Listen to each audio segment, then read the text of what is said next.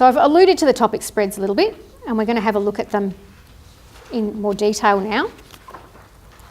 So the topic spreads incorporate a range of learning across science and the humanities. They're supported with a lot of resources that I've talked about, and we'll have a look at some of them in more detail. We've looked at some already. And I'll run through a bit of a typical learning sequence to give you some information on the parts that we haven't discussed yet. So you can see the video links. We have the interactives we've looked at some of, the AusBox and the quizzes. So for each of the topic spreads, which are linked to the curriculum, there are QR codes that link to videos. In the past, the videos that we used, some of them were YouTube links and they weren't very reliable. Now it's all licensed content, so they are all 100% reliable. And they've got images and links to resources that are connected across science, history, civics and citizenship, and the business and economics, as well as being linked to the curriculum. So because the curriculum's been updated, there are 12 new spreads with 24 new pages of content. This is an example of a foundation one, and teachers commonly give us good feedback about how colourful and engaging they are, so we've kept the same approach. This is a 3-4, which again you can see is a bit more sophisticated. They also are linked to the cross-curricular priorities, so this one obviously links to Aboriginal and Torres Strait Islander histories and cultures. And again, the 5-6 one you can see has an increased level of sophistication.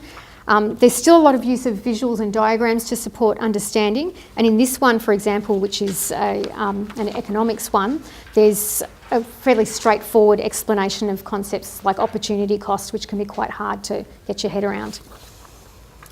So this is an example of a spread. So this spread supports the development of student knowledge about the concepts, and it's a good starting point for discussion and for giving students enough information. It's a good starting point because if students come in with nothing, it's hard for them sometimes to build on that. This is a really good starting point that you can kind of launch off for other things.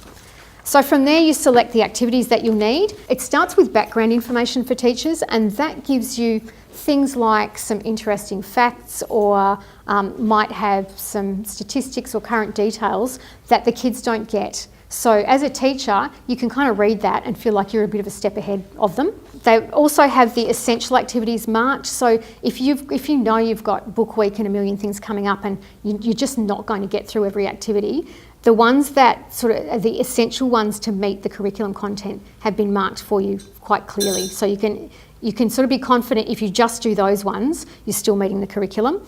And the technology, there's technology links too, and they're clearly marked for you as well.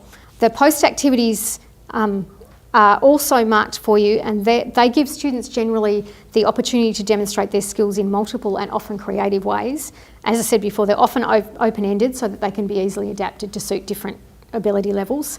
So the Humans Change the Land activity requires students to write a letter. For example, you could adapt that if you've got a student with poor written skills so that they orally dictate a letter, which allows them to access that activity and demonstrate their knowledge without actually having to write, which for some students is a challenge.